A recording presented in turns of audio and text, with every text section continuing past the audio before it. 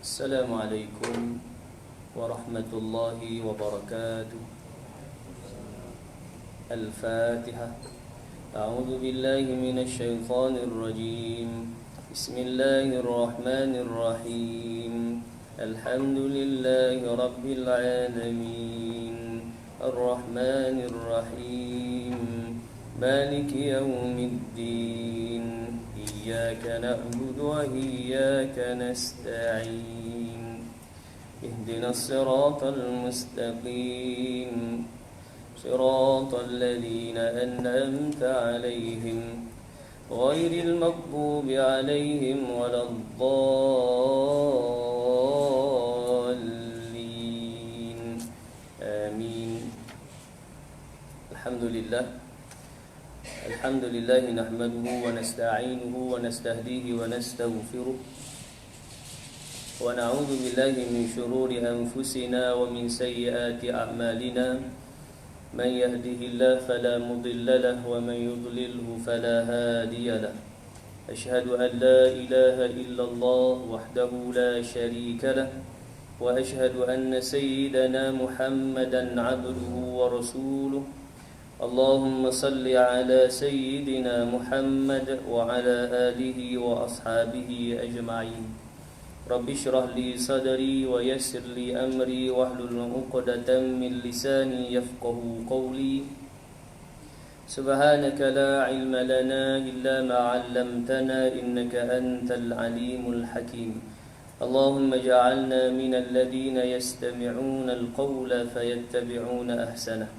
Astaghfirullahal azim. Innallaha ghafurur rahim. Wa la hawla wa la quwwata illa billahil aliyyil azim. Amma ba'd. Faya ayyuhal hadirun ittaqullah. Usikum wa nafsi bitaqwallah wa ta'atihi faqad fazal muttaqun. Baik sekalian yang hadir pada malam yang mulia ini, seawalnya saya berpesan di saya juga tuan-tuan, puan-puan, muslimin, muslimat, sama-sama kita tingkatkan ketakwaan kita kepada Allah dengan sebenar-benar takwa, kerana berjayalah orang yang bertakwa.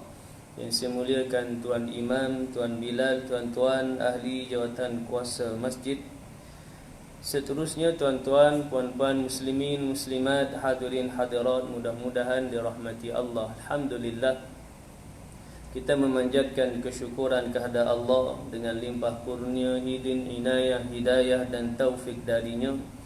Kita masih lagi diberikan ruang dan peluang olehnya untuk kita hadir ke masjid. Dan alhamdulillah telah pun kita melaksanakan salat fardu maghrib secara berjamaah.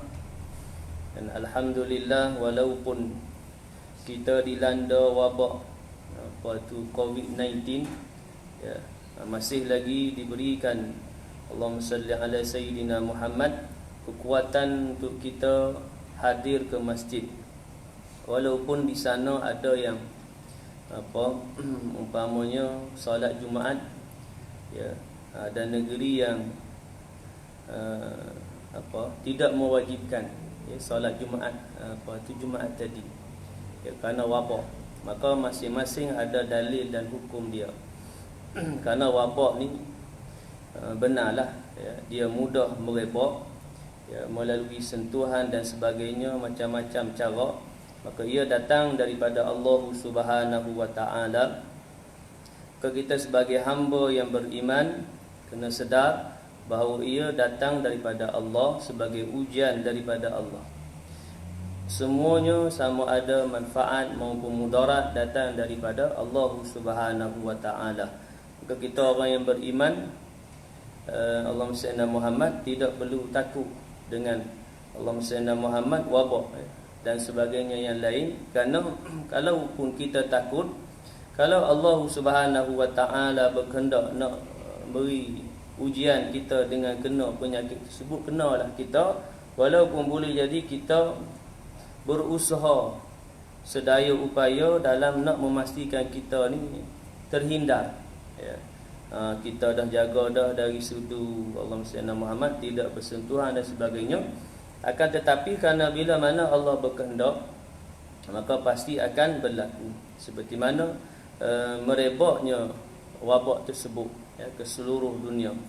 Maka benarlah kita berasa khawatir, dan apapun kita berserah kepada Allah Subhanahu wa taala, dan antara yang diajar oleh Nabi sallallahu alaihi wasallam untuk menjauhkan diri daripada yang mendatangkan kemudaratan kepada kita, yang selalu kita duduk baca, iaitulah bismillahilladzi la yadurru ma'asmihi syai'un fil ardi wala fis samai wa huwas samiul alim 3 marrat. 3 kali pagi dan 3 kali petang. Maka ia adalah jalan untuk menghindarkan diri kita daripada mudarat. Kalau sekiranya Allah berkehendak untuk tidak beri mudarat, maka sebaliknya, kalau sekira Allah berkehendak nak beri mudarat sebagai ujian atas kita, maka apa pun kita buat, Allahumma salli ala sayyidina Muhammad, maka tidak dapat mengelak diri kita daripada apa yang ditetapkan, yang ditentukan oleh Allah Subhanahu wa taala atas diri kita. Cuma kita sebagai hamba, sebagai makhluk, disuruh untuk ikhtiar. Janganlah pula kita tak apalah, nak beri penyakit, nak beri mudarat, semua daripada Allah. Maka kita pun pergi lah, tak takut apa, pergi ke Wuhan, China. Ada boleh pula, pasal kerana hadis Nabi sallallahu alaihi wasallam sebut, kalau sekiranya Allah bersalawat Muhammad, kamu berada di tempat wabak, kamu berada di dalam wabak tersebut, jangan kamu keluar, pasal nanti akan merebak. Demikian juga kalau sekiranya kamu tahu satu tempat itu tersebarnya wabak, jangan kamu pergi ke sana. Pasal ialah sebagai ikhtiar supaya kita terhindar. Kalau Allah berkehendak, kena juga. Benarlah kita tak pergi ke Wuhan macam hari ni, kan? Mari juga ke Malaysia dan seluruh dunia. Baik muslimin hadirin yang dirahmati Allah, maka semuanya datang daripada Allah sebagai ujian, juga sebagai Allahumma salli ala sayyidina Muhammad, bala daripada Allah Subhanahu wa taala. Maka memberikan kesedaran dan keinsafan kepada kita bahawa kita sudah berada di akhir zaman. Benarlah akhir zaman dah. Cuma zaman Nabi itu dengan kiamat pun Nabi sebut antara 2 jari ni, jari telunjuk dengan jari hantu. Jarak tu tak jauh dah zaman Nabi. Tapi jarak tu makna dari umur dunia lah. Umur dunia tu sampai, makna kata umur kepada kiamat tu tak jauh dah zaman Nabi. Kalau kita hari ni kira rapat dah, sikit lagi tak tahulah berapa tahun lagi, kan? Allahumma salli Muhammad. Yang pastinya tidak sampai 1500 tahun Hijri. Lah ni 1441, lebih kurang 60 tahun. Allah Taala alam, kerana di sana ada pandangan dalam melihat kepada hadis Nabi sallallahu alaihi wasallam dalam menentukan itu bukan kerana pasal kiamat ni kita tak boleh nak tahu. Cuma dari sudut kita katakan gambaran-gambaran, kerana satu persatu Allahumma salli ala Muhammad, tanda-tanda kiamat itu berlaku. Cuma tanda-tanda besar saja. Baik. Jadi insya-Allah malam ini kita sambung masih lagi dalam tajuk yang besar, anutan bangsa Arab. Ada habis lagi. Sebelum ini kita bicarakan berkaitan dengan perkara khurafat yang berlaku dalam masyarakat Arab. Iaitu bertenu nasib, telik nasib. Kemudian percaya kepada perkara-perkara khurafat. Percaya kepada apa yang kita sebut dulu ni, kita telah baca dulu ni, umpamanya prasangka, maknanya kepercayaan dalam mendatangi burung atau kijang. Bila kijang tu lari ke sebelah kijang, kau burung kau lari ke sebelah kanan, maka adalah satu gambaran yang baik. Kalau lari sebelah kiri, gambaran yang tak baik. Kepercayaan.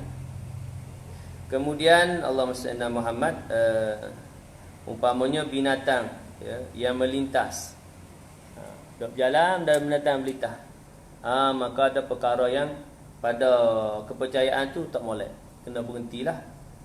Berhenti daripada meneruskan perjalanan. Maka itu semua tidak berkait dengan ajaran Islam. Kerana ajaran Islam tak ada sebutlah tentang perkara tersebut. Ya, maka hanya kepercayaan karut saja, khurafat. Jadi kita tak perlu percaya. Kita sebut dulu bahawa kalau kita naik motor ke, naik kereta ke, tiba kita berjalan, itu binatang biawak melintas jalan. Maka kita kata ni biawak melintas ni tak elok ni, bawa tak molek ni. Kita patah balik masuk rumah. Kita nak mari sembahyang. Nak mari sembahyang subuh berjemaah masjid. Kemudian Allah SWT Muhammad biawak melintas ni, kita naik motor, melintas. Ni gambaran tak molek ni. Pusing motor balik rumah. Rugi pasal kita dalam perjalanan dah nak mari masjid. Itu kita percaya pula karut. Maka ia sekadar kebetulan lah binatang tu nak melintas. Jangan kita ambil apa tu kepercayaan dah manusia ataupun maksud tak molek dan sebagainya. Baik. Jadi itu perkara-perkara khurafat tahyul yang berlaku dalam masyarakat Arab sebelum datang Islam.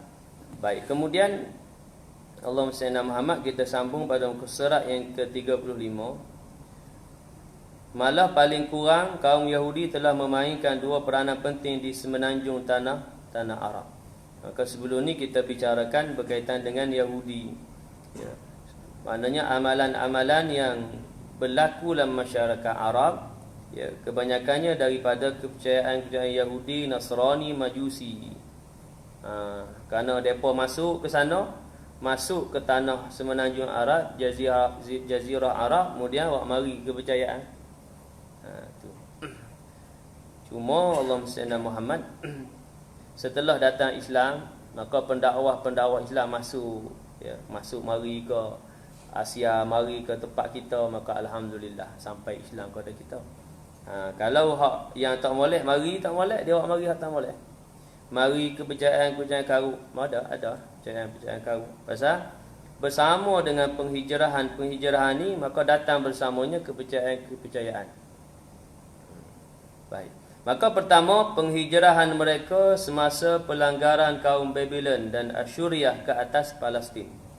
Sebagai susulannya, maka berlaku tekanan ke atas kaum Yahudi dan pemusnahan tempat tinggal mereka, di samping pencerobohan terhadap rumah-rumah ibadah mereka oleh Raja Bakhtanasar tahun 587 sebelum Masihi.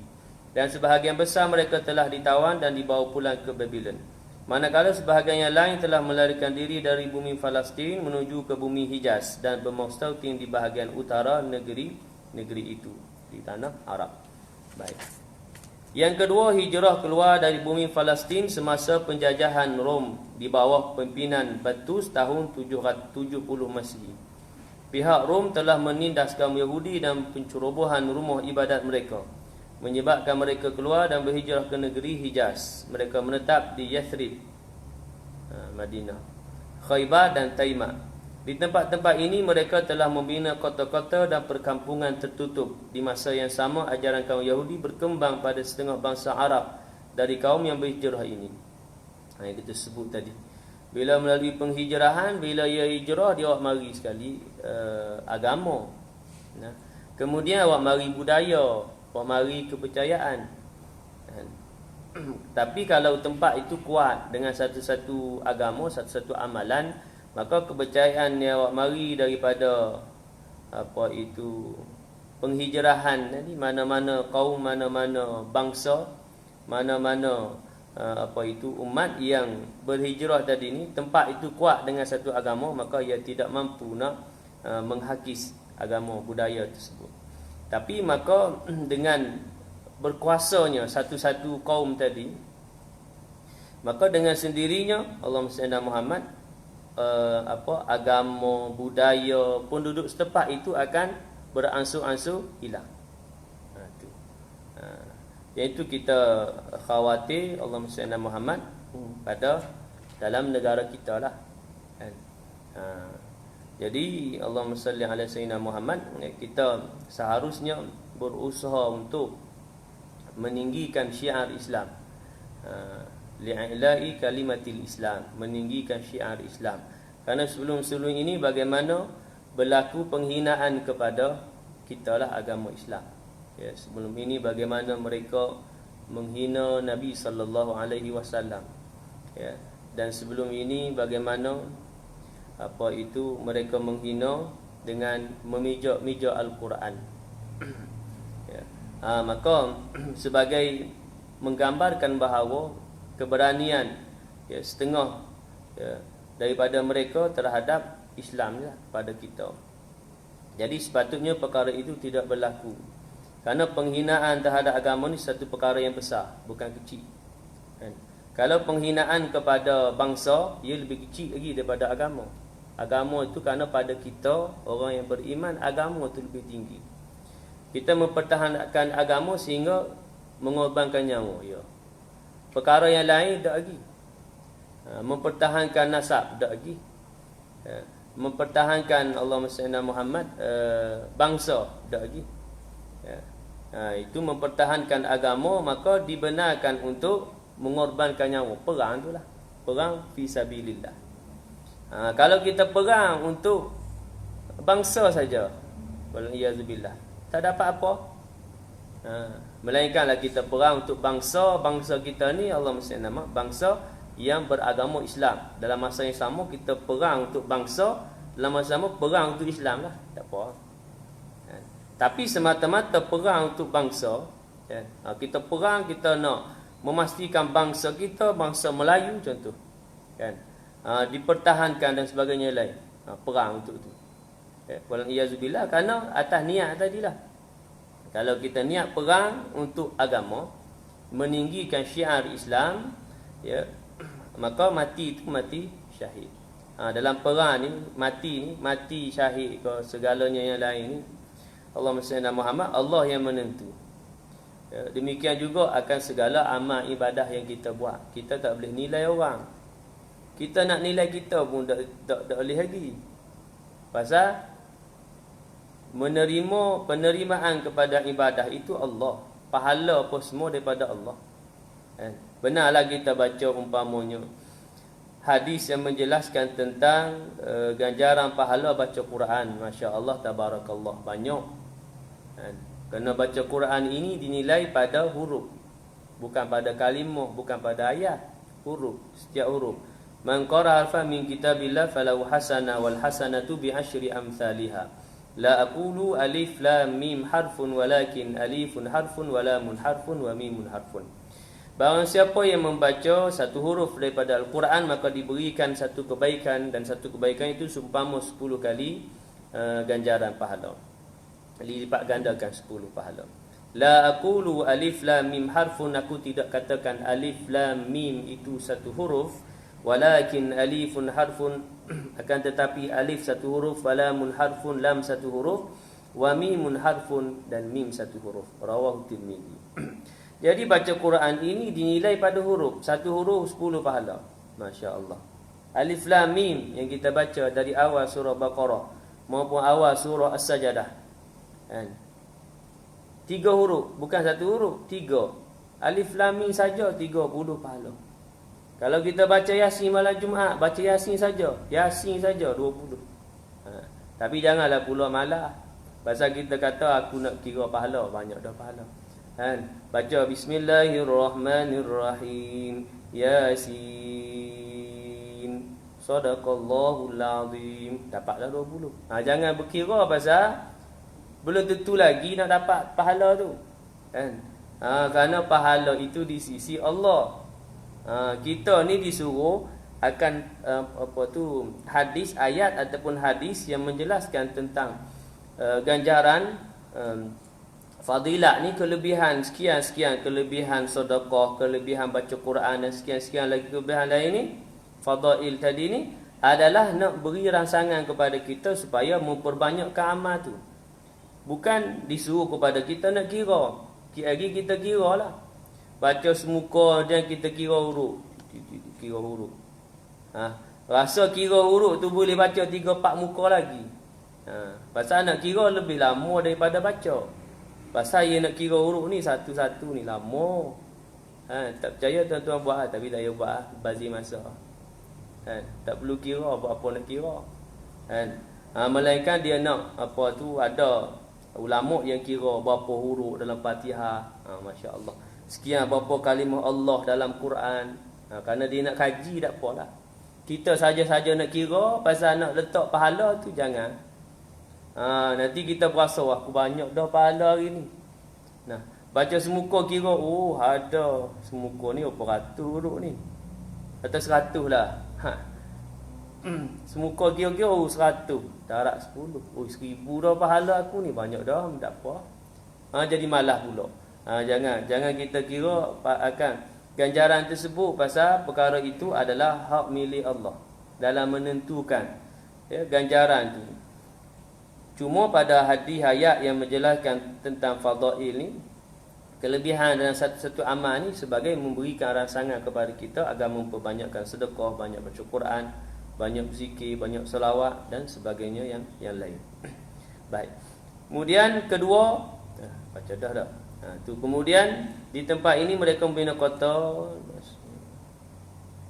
Di tempat-tempat ini mereka telah membina kota-kota dengan tutup. Di masa yang sama ajaran agama Yahudi berkembang pada setengah bangsa Arab dari kaum yang berhijrah ini.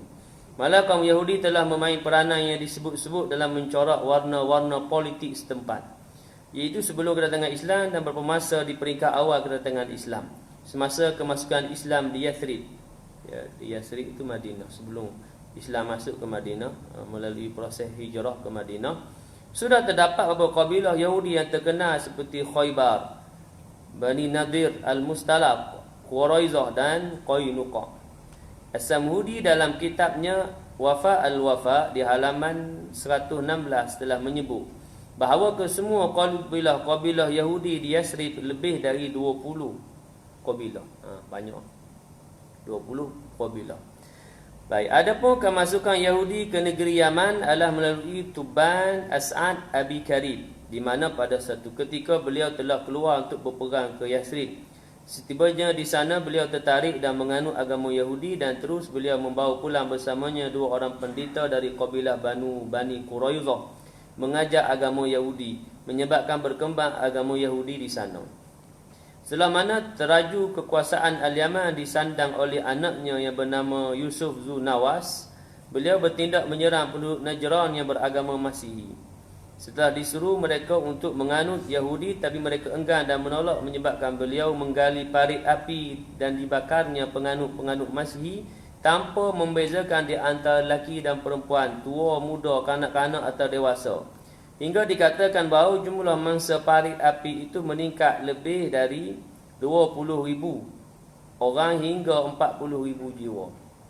40,000 orang. Tragedi ini berlaku pada bulan Oktober tahun 523 Masihi. Peristiwa ini telah disebut dalam Quran sebahagian darinya dalam suratul Buruj. Ayat yang keempat. Surah Al-Buruj. Qutila ashabul ukhdud an-nari dhatil waqud idhum 'alayha qu'ud wa hum 'ala ma yaf'aluna bil mu'minina shuhud.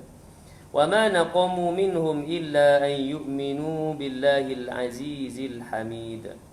Itu antara ayat dari surah Al-Buruj yang menjelaskan tentang apa itu pembunuhan ataupun bakaran ni, bakar ni. Disebut parit api ni. Dibuat parit, kemudian besar, kemudian dibakar api dalam tu. Disebut parit api. Kemudian orang yang beragama Masihi dilempar masuk. Ditolak masuk dalam parit api. Mana dibakar. Sehingga diriwayatkan, disebutkan 20,000 hingga 40,000 dalam lingkungan jumlah tu. Ramai. Disebut ni sebagai mengorbankan jiwa yang ramai dalam kezaliman yang dahsyat. Kita kata ni bakar ni bukan setakat manusia tak boleh, binatang tak boleh. Binatang kita bakar hidup-hidup tak boleh. Walaupun binatang itu yang kita tak perlu sembelih. Contoh ikan. Kan? Ikan tak perlu sembelih kan? Kalau ikan laut tu tak apalah, dia sampai mati dah. Kita beli di pasar malam pun mati dah, di kedai di pasar pagi mati dah. Kan temenung bawal ke siakak ke mati dah. Kalau ikan air tawar, keli ke haruan ke kan. Kita beli dia hidup lagi. Ni. Kemudian kita kata tak sembelih tak apa, memang tak sembelih tak apa. Itu kita bakar tu dia. Macam geli bakar tu. Buat api tu bakar. Tak boleh. Pasal penyiksaan. Pasal dia akan apa kita nak sebut sakit lah, dia sakit. Nak boleh ke mati tu sakit pasal bakar. Sebab itu dilarang bakar.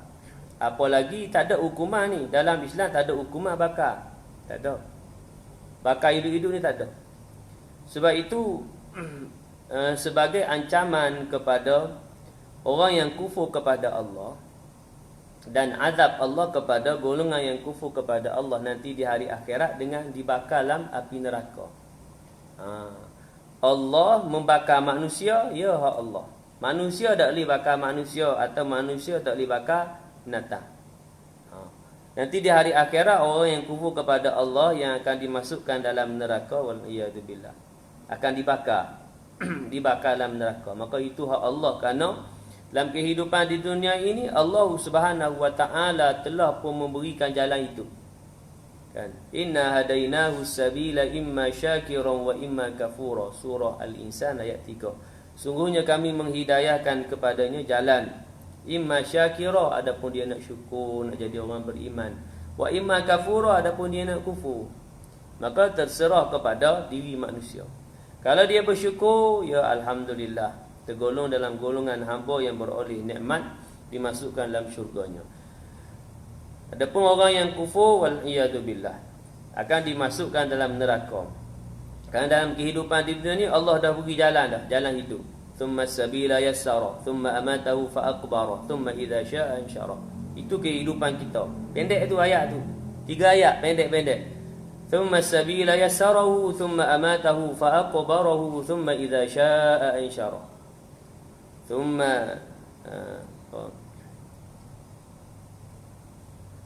amatahu fa aqbara.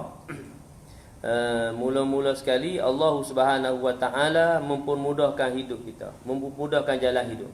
Thumma sabila yassara. Kemudian kami memberi jalan, mempermudahkan jalan. Bagaimana mempermudahkan jalan dalam kehidupan manusia? Allah utus nabi, rasul sebagai nak menyampaikan dakwah, nak memperbetulkan akidah supaya beriman kepada Allah. Kemudian Allah turunkan kitab panduan dalam kehidupan. Dua ni jalan. Dua ni jalan, apa itu jalan nak mendapatkan keridaan Allah, jalan yang nak mendapat jalan yang lurus. Jalan kembali kepada Allah, jalan yang benar dan beroleh itu keridaan Allah Subhanahu wa taala. Kalau terputus satu, masih lagi ada jalan. Ya. Macam kita hari ni dah wafat Nabi tapi masih ada bersama dengan kita kitab panduan. Sebab itu hikmah kitab Al-Quran ini dipelihara oleh Allah, dijaga hingga kiamat. Ya. Kerana Nabi dah wafat. Kalau kitab ni berubah, kan? Maka selepas daripada berubah kitab ni, orang yang hidup selepas tu ni, Allahumma salli ala Muhammad, yang kita sebut dalam bagi akidah kita Ahlussunnah wal Jamaah, yang bagi Ahlul Fatrah. Yang terputus jalan hidayah. Terputus jalan hidayah pasal Nabi wafat, kemudian kitab dah diubah.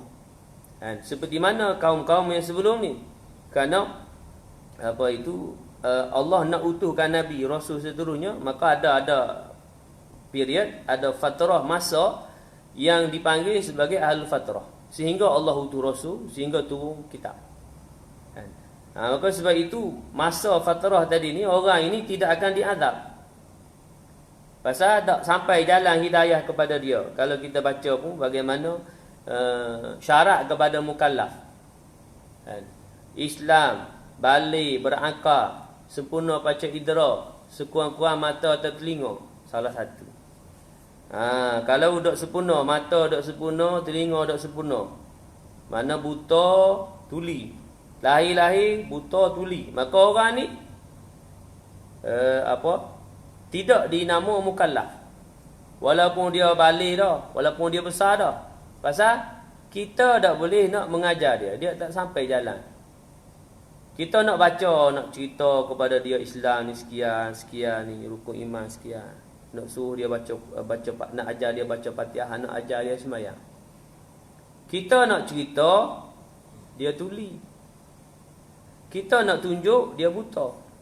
Ni. Jadi orang ni kalau lahir dia begini, sampai ke mati ni akan orang urus dia. Dia tak boleh urus diri dia. Pasal dia tak boleh dapat ilmu. Sebab itu ilmu ni datang melalui dua jalan ni, mata, telinga. Dua ni.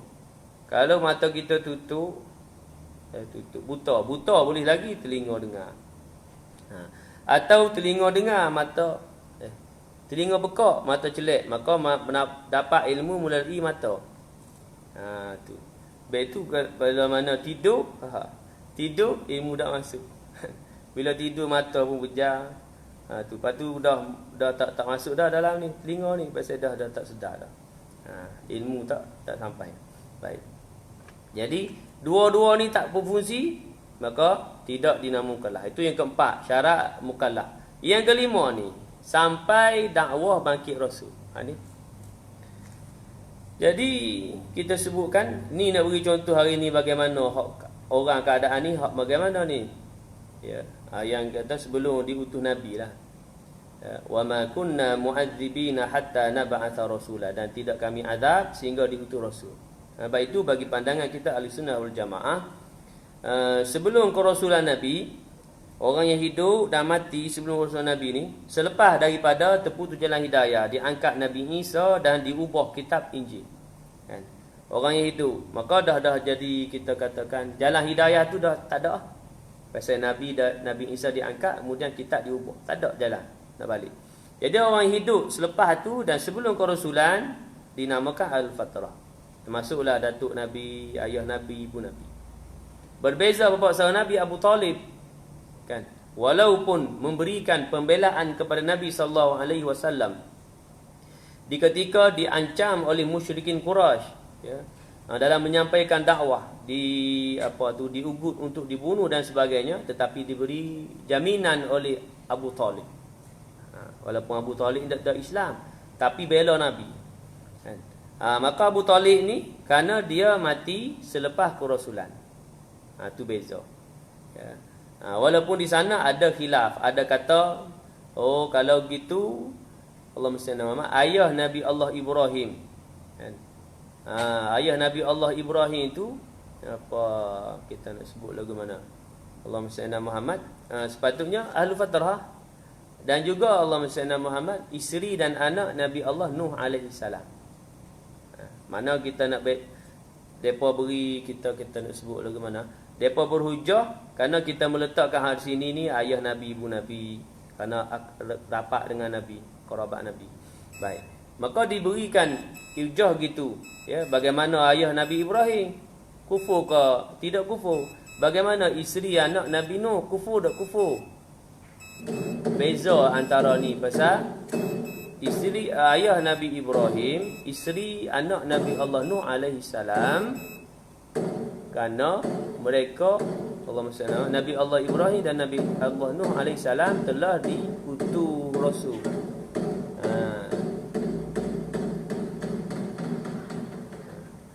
Kan? Sebab itu beza ayah Nabi, ibu Nabi. Ayah Nabi meninggal ketika Nabi dalam perut ibu. Ibu Nabi meninggal ketika Nabi umur 6 tahun. Kan? Maka belum kerasulan, kena rasul diangkat menjadi rasul Nabi ketika umur 40 tahun. Baik, jadi kita beri laluan kepada azan fardhu insya dulu.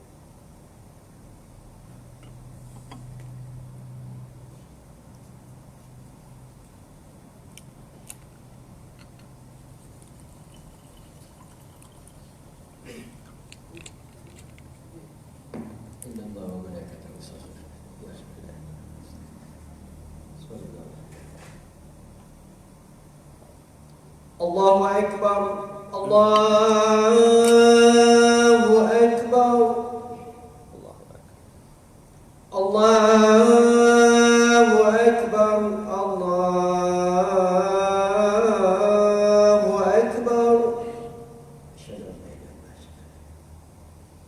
أشهد أن لا إله إلا الله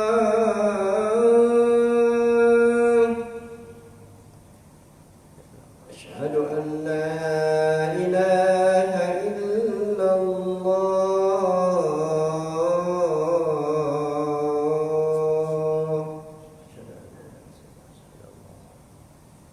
أشهد أن محمدا رسول الله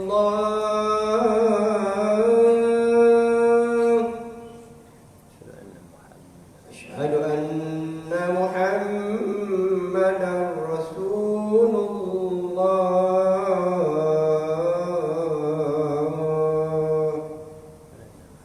حي على الصلاة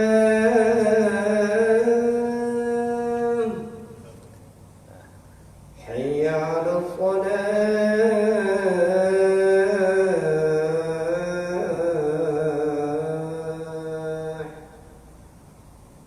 حي على الفلاح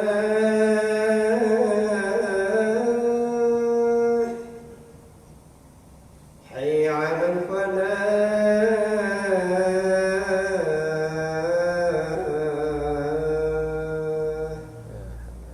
الله أكبر الله أكبر لا إله إلا الله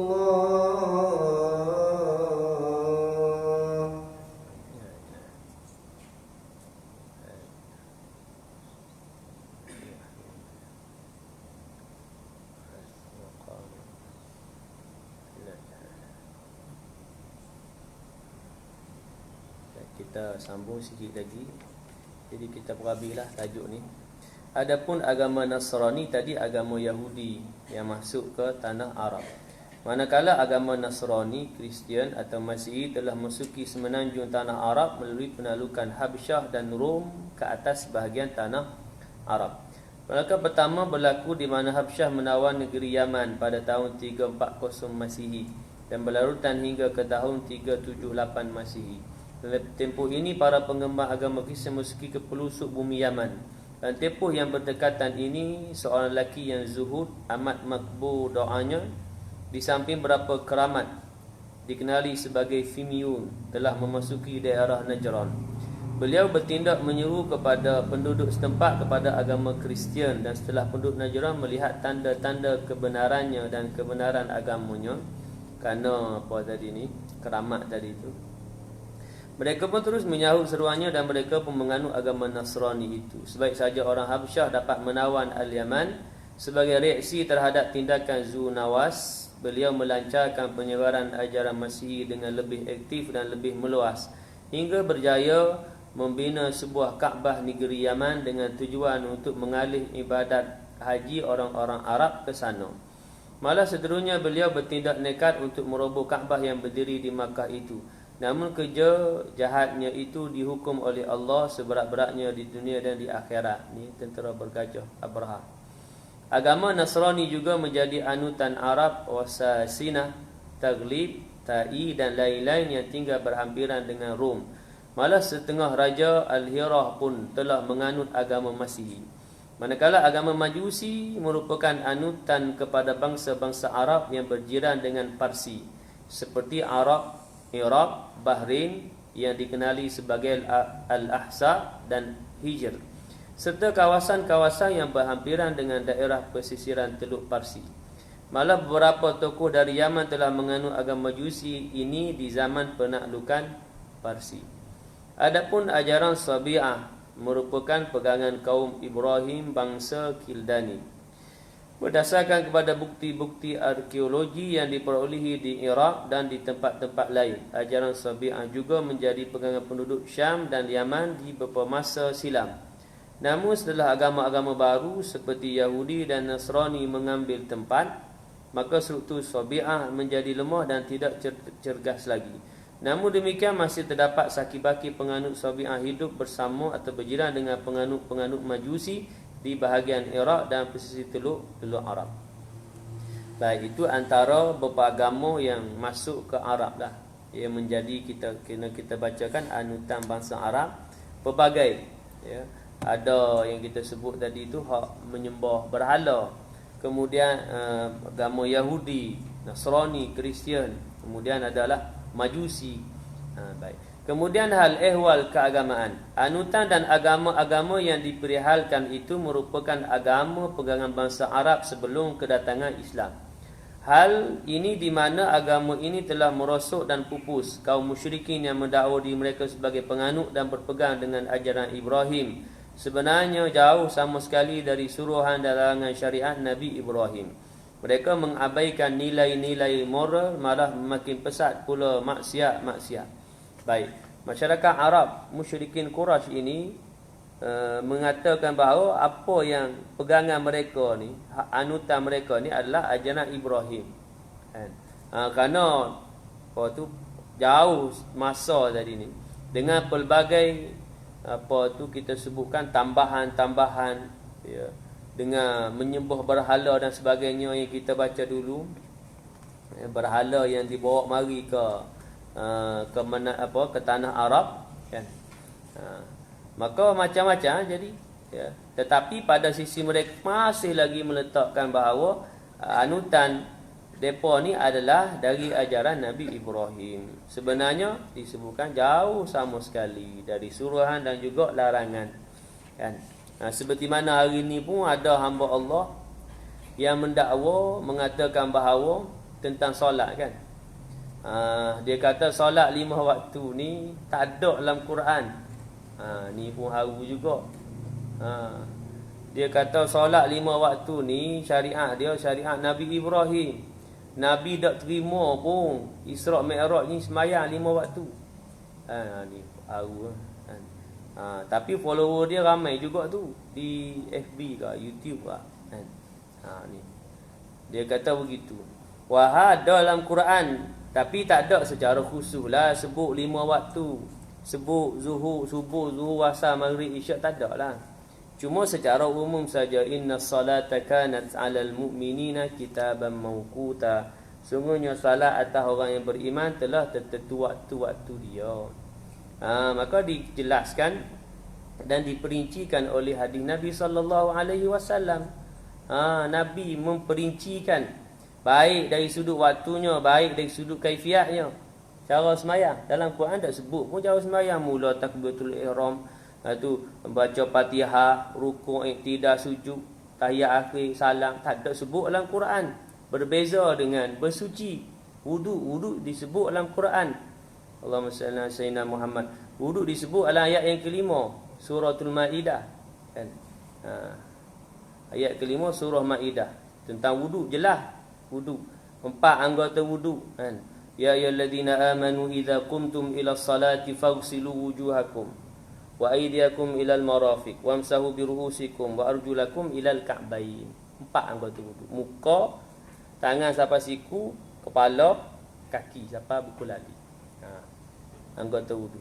Kemudian disebut juga tentang tayamum. Falam tajidu ma'an fatayammamu sa'idan tayyiban famsahu bi wujuhikum wa aydikum min. Maka kalau tak jumpa air, tak ada air, maka kamu tayamum dengan debu tanah yang suci, maka sapulah muka, kemudian tangan kamu. Sapu je. Muju bukan fagsilu. Kalau fagsilu nak pakai debu ni jenuh. Pasal nak basuh, ke mana debu tak basuh, kan.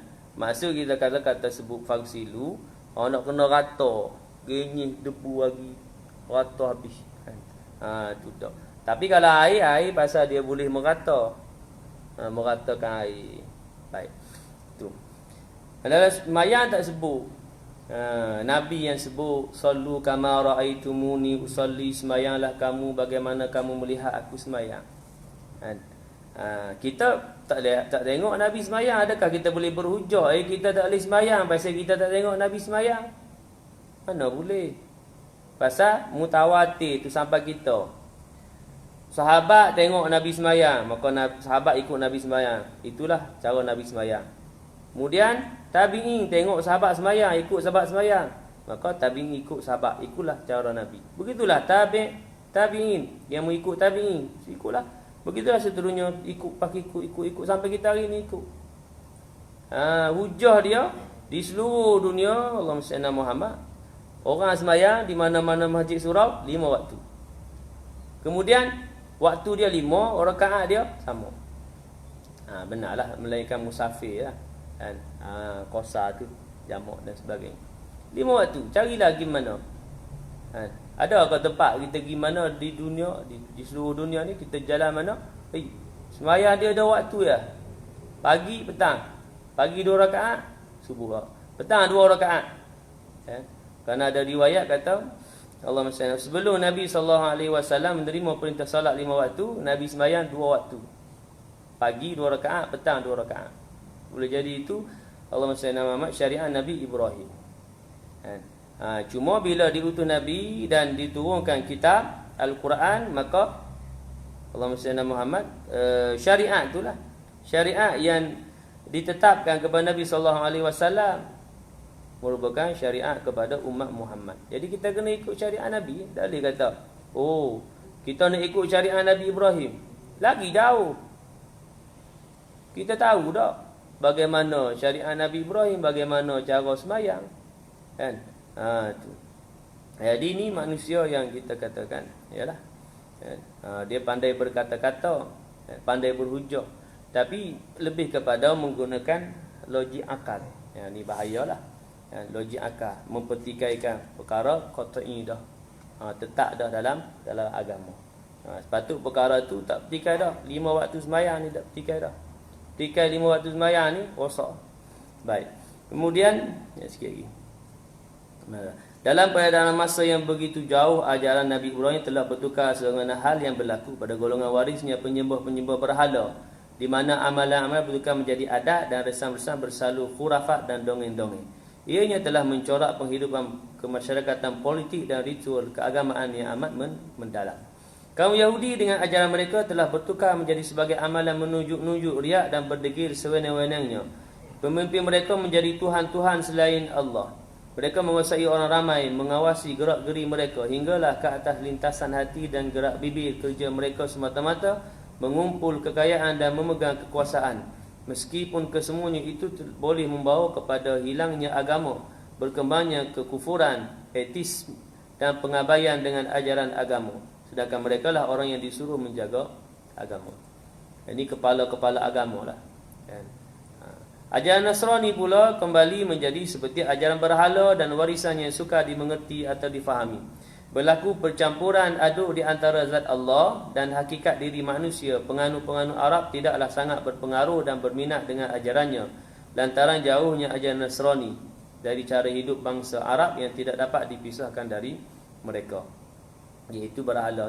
Adapun anutan-anutan dan agama lain, keadaannya tidak jauh beza dari ajaran kaum musyrikin. Ajarannya bertindih dan bercampur bau di antara sesama lain. Adat resam pun sama juga. Baik. Maka demikian habis tajuk anutan bangsa Arab. Sebelum datang Islam macam-macam. Tapi yang majoritinya adalah menyembah asnam, berhala. Majoritinya yang menyembah berhala. Yang disebut dalam ayat yang kita bacakan, ya ayyuhallazina amanu innamal khamru wal maisir wal ansab wal azlam rijsun min amali syaitani fajtanibu la'allakum tuflihun. Wahai orang yang beriman, sesungguhnya arak, berjudi, wal maisir wal ansab, menyembah berhala, wal azlam, bertenung nasib, rijsun min amali syaitan, adalah perbuatan daripada perbuatan syaitan, fajtanibu, hendaklah kamu menjauhinya. Baik, muslimin muslimat, hadirin hadirat yang dirahmati Allah. Demikian telah selesailah kita bicarakan tajuk yang panjang, beberapa kali pertemuan, maka alhamdulillah malam ni habis kita baca anutan bangsa Arab sebelum datang Islam. Baik, dan insya-Allah pada pertemuan yang akan datang kita akan baca pula gambaran masyarakat Arab jahiliah. Gambaran masyarakat Arab jahiliah ni sebelum datang Islam ni apa tu kita katakan perlakuan depa ni. Apa aktiviti depa, apa yang depa buat, perkara-perkara maksiat, kemungkaran yang depa buat. Tapi pada kepercayaan mereka itulah menjadi kita katakan adat bagi mereka, kepercayaan bagi mereka. Nanti kita akan baca insya-Allah pada pertemuan yang akan datang dengan tajuk gambaran masyarakat Arab jahiliyah. Jadi sekadar itu mudah-mudahan diberikan kepahaman kepada kita, dan Allahumma salli ala sayyidina Muhammad, dijauhkan daripada perkara-perkara yang boleh merosakkan iman dan akidah kita, ya, kerana kita membicarakan dalam perkara-perkara anutan, ya, agama-agama yang datang ke semenanjung Arab, ya, yang meresak masuk kepada bangsa Arab sebelum datang Islam.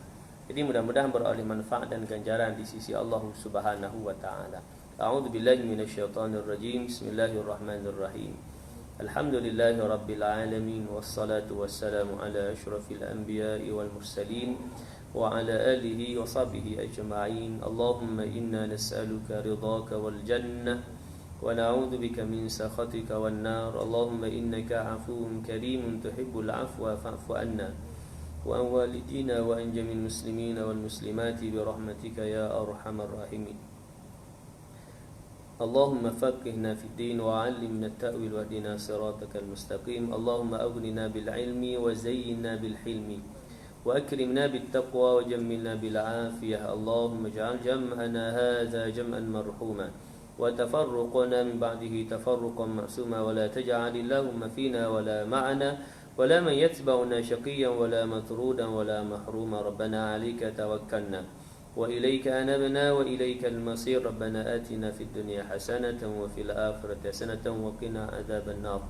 وصلى الله وسلم على نبينا محمد وعلى آله وأصحابه أجمعين والحمد لله رب العالمين. Tertangguh majlis ilmu kita pada malam ini dengan bacaan tasbih kafarah dan suratul As. Subhanakallahumma bihamdik, asyhadu an la ilaha illa anta, astaghfiruka wa atubu ilaik. Bismillahirrahmanirrahim. Wal 'asr innal insana lafi khusr illa alladhina amanu wa 'amilus solihat wa tawasaw bil haqq wa tawasaw bis sabr. Wabillahi taufiq wal hidayah. Assalamu